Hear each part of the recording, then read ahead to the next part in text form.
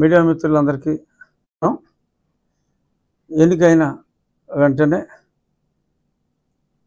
నా విజయాన్ని ఆకాంక్షించారు. అలాగే నేను నా పర్యటనలో ప్రజలకు ఇచ్చిన ప్రతి మాట కూడా ప్రజలందరికీ చేర్చేలాగా ఈ విజయంలో ప్రముఖ పాత్ర వహించిన మీడియాకు కూడా నా హృదయపూర్వక కృతజ్ఞతలు తెలియజేసుకుంటున్నా.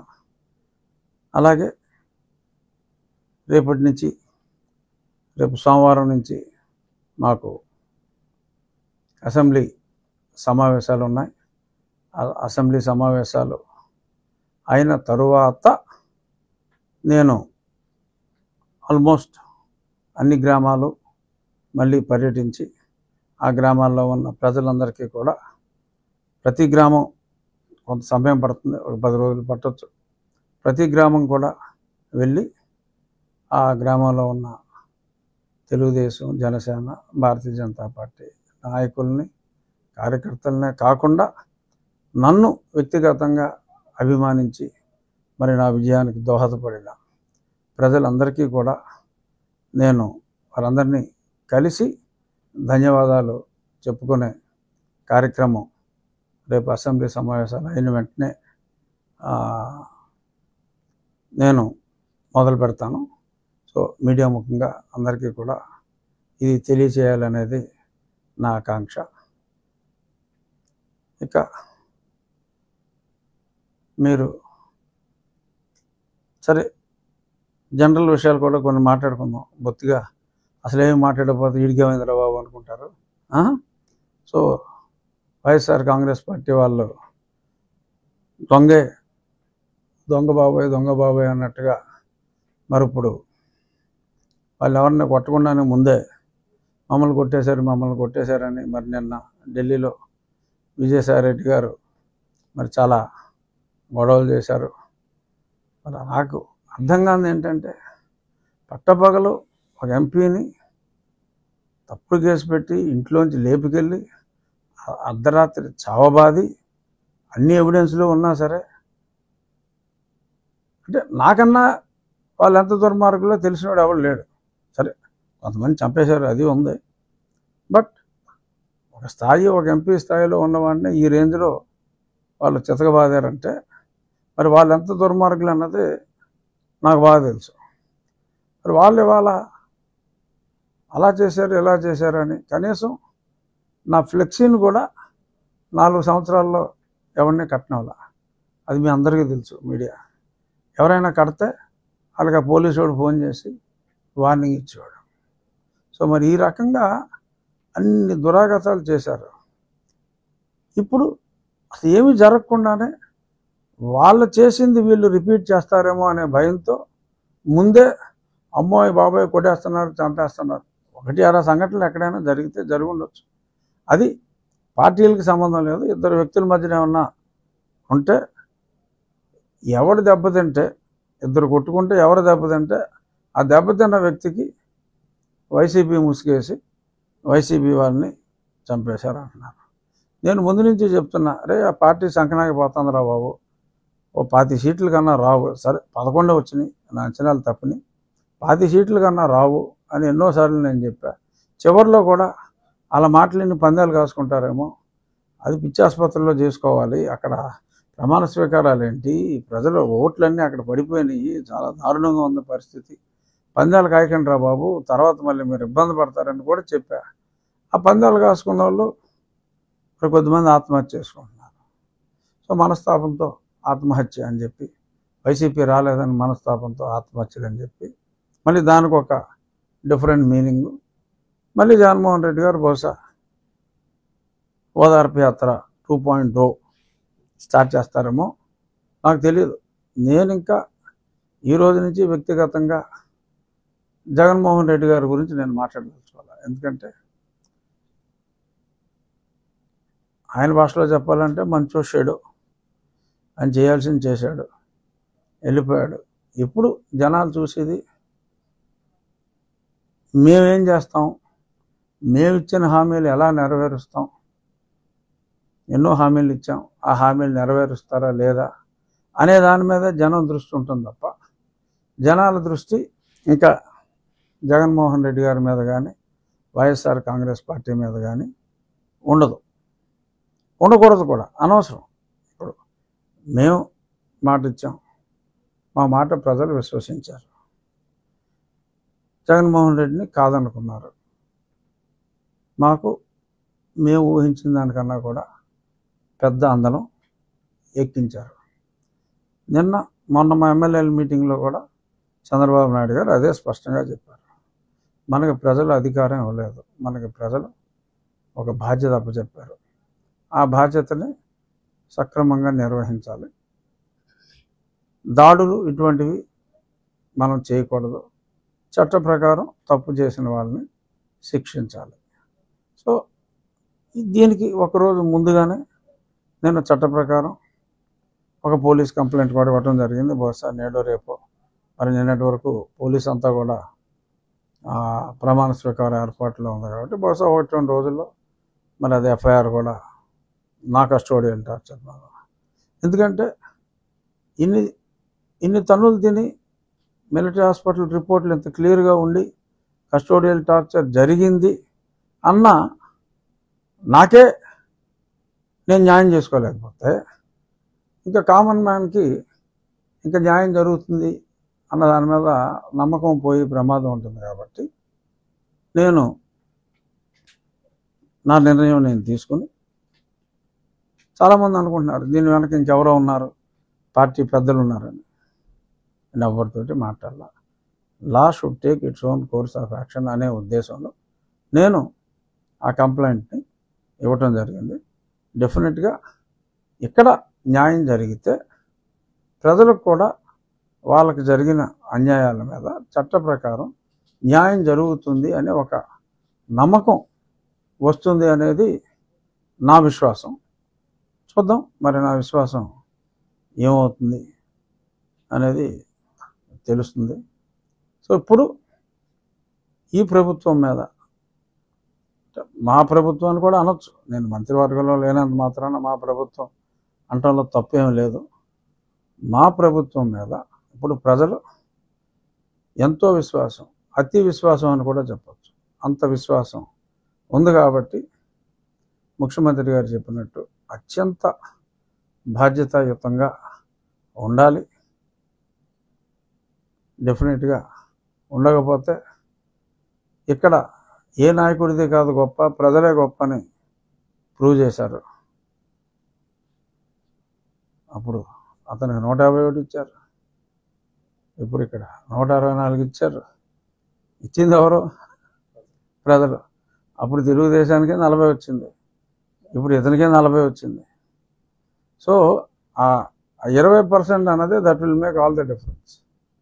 ఆ 20% అన్నది 57% వచ్చింది. 40 పెద్ద పార్టీలకి నార్మల్గా స్టాండర్డ్గా ఉంటారు. ఆ 20 అన్నది ఇంపార్టెంట్. వాళ్ళే టిల్ట్ చేసేది న్యూట్రల్ ఓటర్లో ఎటువంటి పార్టీ అఫిలియేషన్ లేకుండా నిజంగా ప్రజా సంక్షేమం కోసం మంచి జరుగుతుంది అనుకుంటే వేసేవాళ్ళు వాళ్ళే. సో వాళ్ళ మనసు నొచ్చుకోకుండా మా ప్రభుత్వం ముందుకెళ్తుంది. అందులో ఎటువంటి అపనమ్మకం ఎవరో పెట్టుకోవాల్సిన పని లేదు. అందరూ ఒళ్ళు దగ్గర పెట్టుకుని పనిచేయాలని చెప్పి ముఖ్యమంత్రి గారు చెప్పారు. సో ఆ రకంగానే తెలుగుదేశం పార్టీ వాళ్ళైనా ఎవరైనా ప్రజాస్వామ్యంలో ఎవరైనా ఒళ్ళు దగ్గర పెట్టుకోకపోతే ఏమవుతుంది రిజల్ట్ అన్నదే ప్రత్యక్షంగా మళ్ళీ నిన్నగా మనం చూసాం. కాబట్టి దాని ప్రకారం ఉంటుందని నేను అనుకుంటున్నా. చూద్దాం. ఇంకా ఈ ప్రశ్నలు ఏమన్నా ఉంటే అన్ని సామాజిక వర్గాలకి చంద్రబాబు నాయుడు గారు సమతూకంతో చేశారు. క్షత్రియ సామాజిక వర్గానికనే ఉన్న కూటమిలో సభ్యులకి ఏ విధమైన స్థానాన్ని కానీ భర్తీ కానీ దీని మీద మీ ఒపీనియన్ ఏముంటుంది, ఇంకా ఇస్తారేమో, ఎవరని ఎందుకు అనుకోవాలి. ఎందుకంటే మరి డెఫినెట్గా అన్ని సామాజిక వర్గాలు కూడా ఓట్లు వేయకపోతే ఇంత పెద్ద విజయం రాదు. సో ఆ ఓట్లు అంత పెద్ద విజయం అందటంలో క్షత్రియుల పాత్ర డెఫినెట్గా చాలా ఎక్కువగా ఉంది. నాకు చెప్పాలి అంటే కనీసం క్షత్రియులు సంఖ్యాబలంగా ఓకే కాస్త ఒక 1% అయినప్పటికీ చాలామందిని, ఎందుకంటే సమాజంలో అందరికీ తల్లో నాలుగులో ఉంటారు కాబట్టి చాలామందిని ఇన్ఫ్లుయెన్స్ చేసే కెపాసిటీ ప్రజల్లో గౌరవం ఉన్న, అంటే వేరే కమ్యూనిటీలు గౌరవం లేదని నేను అంటలా, ప్రజల్లో వన్ ఆఫ్ ది గౌరవం ఉన్న కమ్యూనిటీస్లో క్షత్రియ కమ్యూనిటీ కూడా ఉంది కాబట్టి ఆశించటం సహజం. ఇంకా టైం ఉంది కాబట్టి ఎవరో ఒక క్షత్రియుడికి, నాకని నేను అంటలా, ఎవరో ఒకరికి ఏదో ఒక పదవి ఇస్తారేమో అని నేనైతే అనుకుంటున్నాను. అందరికీ ఒకేసారి ఇవ్వలేకపోవచ్చు. కాన్స్టిట్యూన్సీలో మీరు ఎమ్మెల్యే క్యాంపెయిన్ ఉండగానే మీరు నియోజకవర్గంలో ఒక గ్రామాన్ని మోడల్గా తీసుకుని ముందుకి వెళ్ళే ఉద్దేశంతో వచ్చేస్తారు. ఇది ఆ గ్రామం ఏంటి, ఆ గ్రామంలో ఏది చేపడదాం అంటే కాదు, నేను ఇన్స్పిరేషన్గా తీసుకున్నదే ప్రాతల మరక. ఆ గ్రామంలో మరి ఆ శివవర్మ గారు ఆ గ్రామాన్ని అభివృద్ధి చేసిన తీరు చూస్తే అసలు నాకు చెప్పాలంటే మెంటలు వచ్చింది. ఇంత అందమైన ఊరు, అంటే ఒక పల్లెటూరు ఎంత అందంగా ఉండాలో ఊహించుకుంటే కూడా అంత అందంగా ఉండదు. ఆ మంచినీటి చెరువే ఒక స్విమ్మింగ్ పూల్లో ఉంది, అంత నీట్గా ఉంది. అదంతా ఆ ఒక్క వ్యక్తి వల్ల సాధ్యమైంది. సో ప్రతి గ్రామంలోనూ ఆయన ఇన్స్పిరేషన్తో ఒక 5గురు శివవర్మల్లాగా ఉంటే ఉండి నియోజకవర్గం మొత్తం కూడా అద్భుతంగా తయారవుతుంది. కానీ అదంతా ఈజీ కాదు, అది ఆయన సొంత డబ్బులతో ఆయన చేశారు. కానీ ప్రతి గ్రామంలోనూ డబ్బులు ఉన్న వాళ్ళు ఉన్నారు, కానీ కాన్సెప్ట్ కానీ హృదయం ఉన్న వాళ్ళు కానీ తక్కువగా ఉన్నారు. బట్ వాళ్ళని మోటివేట్ చేసి ప్రతి గ్రామం కూడా ఆ శివవర్మ గారి ప్రాతలమ్మ గ్రామంలాగా అభివృద్ధి చేయాలి.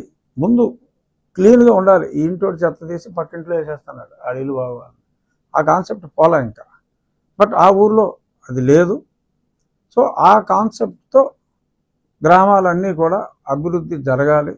బహుశా మరి గ్రామీణాభివృద్ధి శాఖ పవన్ కళ్యాణ్ గారికి పంచాయతీరాజ్ అని పేపర్లో రూమర్స్, డెఫినెట్గా పవన్ కళ్యాణ్ గారిని నేను రేపు అసెంబ్లీ సమావేశాల్లోనే ఆహ్వానిస్తా. మీరు ఈ ఊరు వచ్చి చూడండి, ఆంధ్రప్రదేశ్లోని ప్రతి గ్రామాన్ని ఈ ఊరు ఇన్స్పిరేషన్గా తీసుకుంటే కొంతలో కొంతైనా మనం చేయగలం అని వారిని నేను అడుగుతాను. వారిని కూడా తీసుకొచ్చి ఆ ఊరు చూపెట్టి ఒక రోల్ మోడల్ లాగా చేయాలి అనేది నా కోరికలు అయితే ఉన్నాయి, ఓపిక ఉంది, డెఫినెట్గా చేయగలమని అనుకుంటున్నాను. ఇక మెయిన్ నేను చెప్పింది మంచినీటి సమస్య, డ్రైనేజ్ సమస్య. మంచినీటి సమస్యకి శాశ్వత పరిష్కారం టాప్ ప్రయారిటీలో. లక్కీగా నాకు ఇప్పుడు కేంద్రంలో కూడా జలశక్తి మినిస్టర్ సిఆర్ పాటిల్ గారని నాకు అత్యంత సన్నిహితులు. గుజరాత్లో 4వసారి ఆయన ఎప్పుడు 6.5 లక్షలు తక్కువ మెజార్టీతో నెగల. ఈసారి 7,76,000 మెజార్టీ ఆయనకు వచ్చింది. ఆయనకు కేటాయించడం జరిగింది. నాకు వ్యక్తిగతంగా కూడా చాలా సన్నిహితులు. సో ఈ గవర్నమెంట్లో మరి నీటి, అది కూడా బహుశా పవన్ కళ్యాణ్ గారి గ్రామీణాభివృద్ధి నీటి అంటే రూరల్ డెవలప్మెంట్ ఆయన దగ్గర ఉండొచ్చు కాబట్టి ఎవరైతే వాళ్ళు ఆ శాఖ ఎవరి దగ్గర ఉన్నా ఆ శాఖతో, ఆ కేంద్రంతో, ముఖ్యంగా నా నియోజకవర్గంలో మేజర్ ప్రాబ్లం కాబట్టి కీ రోల్ తీసుకుని ఆ ఫండ్స్ ఎలకేషన్ ఫాస్ట్గా వచ్చేలాగా చేస్తాం. ఈలోపు ఆ పరిమళ నుంచి ఆ ఉన్న లైన్కి ఆ మరమ్మతులన్నీ చేసి దానివల్ల ఒక 45-46 గ్రామాలకి, ఈ 70లో 45-46 గ్రామాలకి టెంపరీగా ఒక మంచి పరిష్కారం వచ్చే అవకాశం ఉంది. ఆల్రెడీ ఇంజనీర్స్తో అది నేను మాట్లాడాను, కలెక్టర్ గారికి కూడా చెప్పాను. రేపు మా అసెంబ్లీ సమావేశాలు అయ్యాక కలెక్టర్ గారితో మీటింగ్ పెట్టుకుని ఆ పని కూడా ప్రారంభించి తాత్కాలిక ఉపశమనం, దానికి పెట్టిన ఖర్చు రేపు ఆ పర్మనెంట్ దాంట్లో కూడా ఇంటిగ్రేట్ అయ్యేలాగా, వేస్ట్ అవ్వకుండా ఉండేలాగా చేస్తాను. అలాగే ఈ గుర్రపు డెక్క ఈ నివారణకి ఒక డ్రైన్ గురించి మన కలెక్టర్ గారితో మాట్లాడటం జరిగింది. నేను కూడా ఒక ఆలోచన ఏంటంటే ఒక 2-3 బుల్డోజర్లు పర్మనెంట్గా ఇక్కడ ఇచ్చి, ఇప్పుడు కాంట్రాక్టర్లు అంటే దోపిడీ అయిపోతుంది. ఎవరికైతే అది ఉపయోగపడుతుందో వాళ్ళు డీజిల్ కొట్టించుకునేలాగా ప్రభుత్వం నుంచి సహకారం ఉంటుంది. నేను వెహికల్స్ తెలిసిన వాళ్ళ కంపెనీలో, మా కంపెనీలో ఎక్కడో దగ్గర నుంచి తీసుకొచ్చి ఉంచి ఊర్లో ప్రయారిటీలో ఆ గుర్రపు డెక్కలు తీసేయటం, ఆ డ్రైనేజ్, ఆ పూడికలు తీసేయటం, కేవలం ప్రభుత్వం మీదే ఆధారపడకుండా ప్రభుత్వ సహకారం తీసుకుంటూ వ్యక్తిగతంగా మా సహకారం, ఆ రైతుల సహకారంతో ఇవన్నీ కూడా క్లీనప్ చేసుకోవాలి. కేవలం ప్రభుత్వం మీదే ఆధారపడకూడదు. ప్రజలు కూడా బెనిఫిషియరీ ప్రజలు అంటే బీదవాళ్ళు ఉంటే బెనిఫిషియరీ అతనేం చేయక్కర్లా. డబ్బున్నోడు అతనికి కూడా బెనిఫిట్ ఉంటుంది. ఏదో ప్రజలకు నలుగురికి ఉపయోగపడి చేసిన సాటిస్ఫాక్షన్ ఉంటుంది. సో వాళ్ళకు కూడా గుర్తింపు ఉండేలాగా వాళ్ళని సత్కారాలు చేసి ఆ ఊర్లో గౌరవించటం, ఇందులో యాక్టివ్ పార్ట్ తీసుకున్న వాళ్ళని. సో ప్రభుత్వం, పబ్లిక్, ప్రైవేట్ అండ్ డోనర్స్ పార్టిసిపేషన్తో ఈ డ్రైనేజ్ వ్యవస్థని, ఈ పూడికలు తీసేయటం, ఇవన్నీ ఒక ప్రయారిటీలో చేసేలాగా నేను ఏదైతే మాట ఇచ్చానో ఆ ఇచ్చిన మాటకి కట్టుబడి ఒక ప్రణాళికకి ఫౌండేషన్ వేయటం అయితే జరిగింది.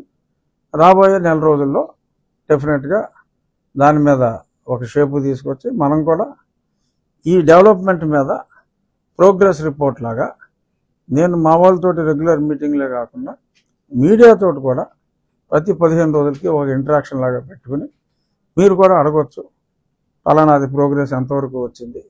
ఎందుకంటే ప్రజలకి నాయకులకి మధ్యన నాయకులందరూ వచ్చి మమ్మల్ని కలవలేరు. వారధి లాంటి వాళ్ళు మీ మీడియా కాబట్టి డెఫినెట్గా we are also answerable to media for better communication to the public.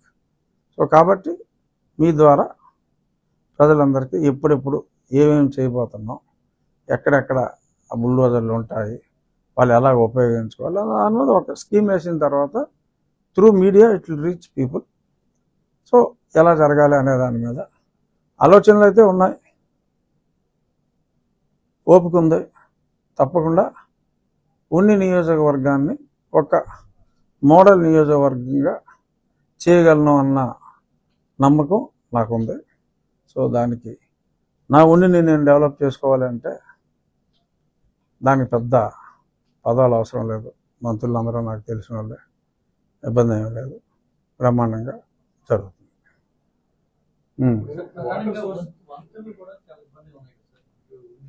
ఇది అది మెయిన్ ఈ వంతెన, మా కోపెల్ల వంతెన. అది నేను గతంలోనే వైఎస్ఆర్ గవర్నమెంట్లో ఉన్నప్పుడే క్లియర్ చేయించా. ఇప్పుడు ఆ శాంక్షన్ అలాగే ఉంది. ఆ కాంట్రాక్టర్లు అప్పుడు ఎవరో రాలేదు.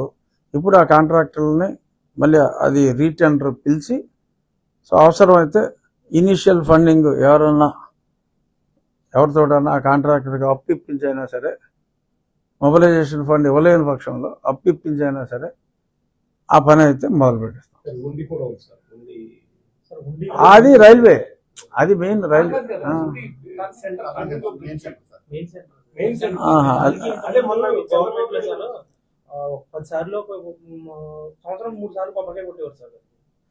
ఆల్రెడీ 30 సార్లు అయిపోయిందా?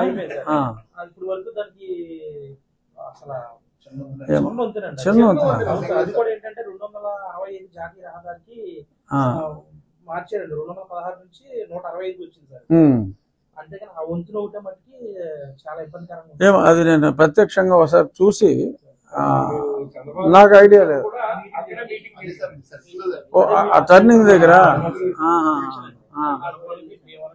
Okay okay. ఓ చిన్నది అయిపోయింది. ఓకే చూద్దాం.